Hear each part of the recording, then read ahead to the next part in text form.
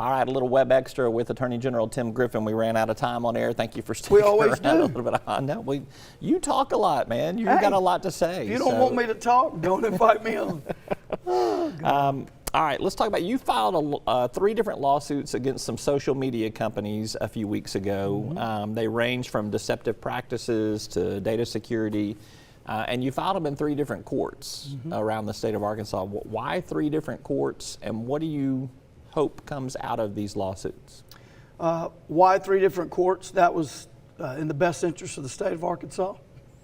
How is that in the best interest look, of we the always state? have a legal strategy, and that's part of our legal strategy. And I'll leave that at that. What do I hope to get out of this? Accountability from these companies, and maybe a change in behavior, and an acknowledgement as to the allegations. But let me tell you just real quickly so the public knows what we're talking about here. So we filed 1 lawsuit against Meta, which owns Instagram and Facebook. And that lawsuit has to do with deception. All 3 of these deal with deception. On that particular one, Meta has told the United States Congress and others that they are not intentionally creating algorithms that are addictive, particularly to young people. They've denied that, and the facts are otherwise. And we'll be laying that out as the case proceeds. Secondly, with regard to TikTok, we have 2 suits. They're both also about deception. One of them is about TikTok's stance that the Communist Chinese government cannot in any way have access to their data. That's not true, and we're going to demonstrate that. And then in the third one, the second of the 2 TikTok suits, it is about deception because TikTok has indicated that juveniles cannot access, as a general matter, adult content, sexual content, drug abuse, all these different things on TikTok. And the reality is, the facts show that they can't. And it's everywhere. And in fact, not only can they access it, it is fed to them through the algorithm. So all of these are, the common theme through all of these is deception. Yeah. It's not about the content itself, it's about the deception. When are you going to file a lawsuit against rock and roll? I'm just kidding. I just had to throw that one in there. Hey, so I love rock and roll. So put another dime in the jukebox. I think there's a song Okay, there. All right. You claimed a few weeks ago that your predecessor left you in about a $10 million deficit. This would be $11 million Who's counting? deficit. Right. What's the latest on that? Were you able to correct that before the session ended? So I indicated before I took office in the papers and maybe even on this show that I was going to do an in-depth accounting of the finances of the Office of Attorney General, as you would, hopefully, any entity that you take over. You want to know your finances because it guides your priorities, guides your daily activities. So we have a wonderful Deputy General Counsel who's also a CPA, and she's been conducting that.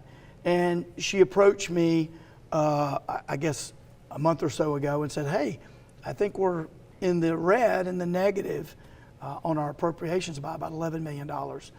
And we were.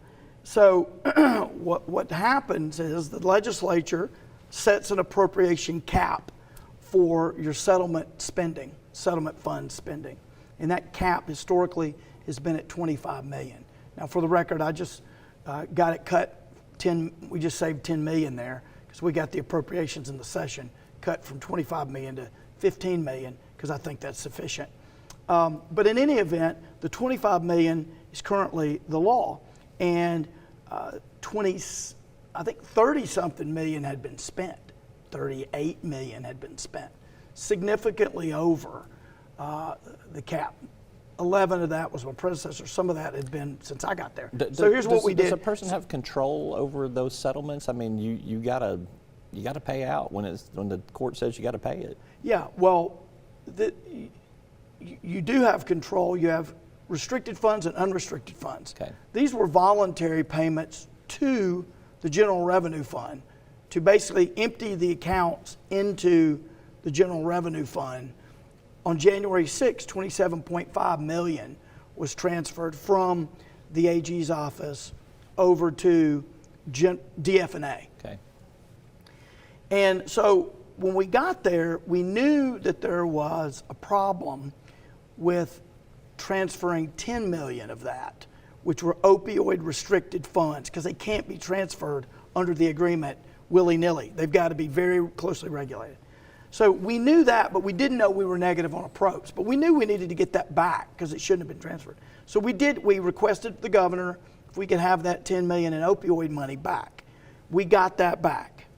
DFNA had kept that in a special account, had not touched it, knew that there might be some issues with it, and sent it back to us. So we had that. But even though we had gotten that 10 million back, we were still in the red based on what had been spent before. So we needed another 7.5 million to get us back in the black. So we requested from the governor, could we get 7.5 million? Again, money that that the office had transferred before I got there. And the governor and DFNA transferred that 7.5 back. Okay. So overall, of that 27.5 million that my predecessor transferred on January 6th to Department of Finance Administration for the legislature to spend, it hadn't been spent, but it was sitting over there. But for that, of that, we got 17.5 back, which put us back in the black. So we are in the black, and we'll be able to push the reset button on July 1 with a new year. And I will say this, I want to say thank you to the governor and the legislature, both parties.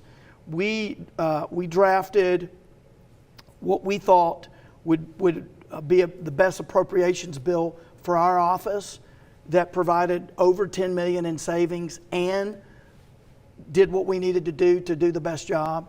And I think it passed unanimously, House and Senate. Okay. And so we're very happy with that. I want to Two other things, and I'll let you speak to them both in the same answer here. You have had some high-profile activity on an apartment complex in Little Rock, as well as with a utility company, Summit Utilities, here in Arkansas, over some of their billing practices. Tell me where those two things stand in terms of your interaction with those two parties. So Big Country Chateau is the apartment complex that has been in the news in Little Rock in particular. And as you know, we filed suit. We asked the court to appoint a receiver to take all the funds, assets, get information from the owners who live in New Jersey, and to pay the bills that hadn't been paid. The way they work it, that apartment complex works, is they take money from the tenants and they're supposed to pay the power, the water, etc. Well, they weren't. So these tenants were paying the rent, but they didn't have any power, didn't have any water, and they weren't up to code. So we got this receiver appointed, and we have determined, based on the receiver's affidavit, that the New Jersey owners have not cooperated at all. They've not provided information, et cetera. So we are filing today, Friday, we are filing a filing that is a motion to show cause, basically to hold them in contempt of court for not complying with the court order. So we are still battling on that. One thing that I'm doing that I'm going to do a lot is look for ways to leverage other attorneys general around the country. For example, these owners live in New Jersey. So I'm interested, have they been in trouble in New Jersey? Are they doing this in other states? So I had lunch with the Attorney General from New Jersey. He's a Democrat. I had lunch with him this week.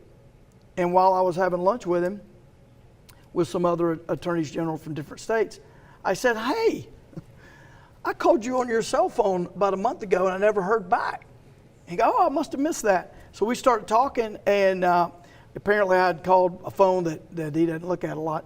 But in any event, a really nice guy. And I said, hey, I need help on this. I've got these guys that are from your state, and they're not doing what they ought to be doing. They're not doing right by Arkansans. He said, I'd love to help. He said, in fact, I've got a Arkansas Razorback fan on my staff, and he may be the one that helps. So reaching out to others, attorneys general, the way that U.S. attorneys would do, to try to see what we can do there. So we're continuing that fight. Right. Also on Summit, So Summit has given notice that they want to start this summer. They want to start collections and cutoffs and all that again. I just think it's too early. We don't know enough facts, and so I am going to file a motion with the PSC, asking the PSC to stop Summit from doing that until we get further on down the road and know more. All right. Attorney General Tim Griffin, thank you for staying with us a little Thank extra. you. Appreciate Love it. the WebEx. All right. Love the WebEx. Thanks for watching.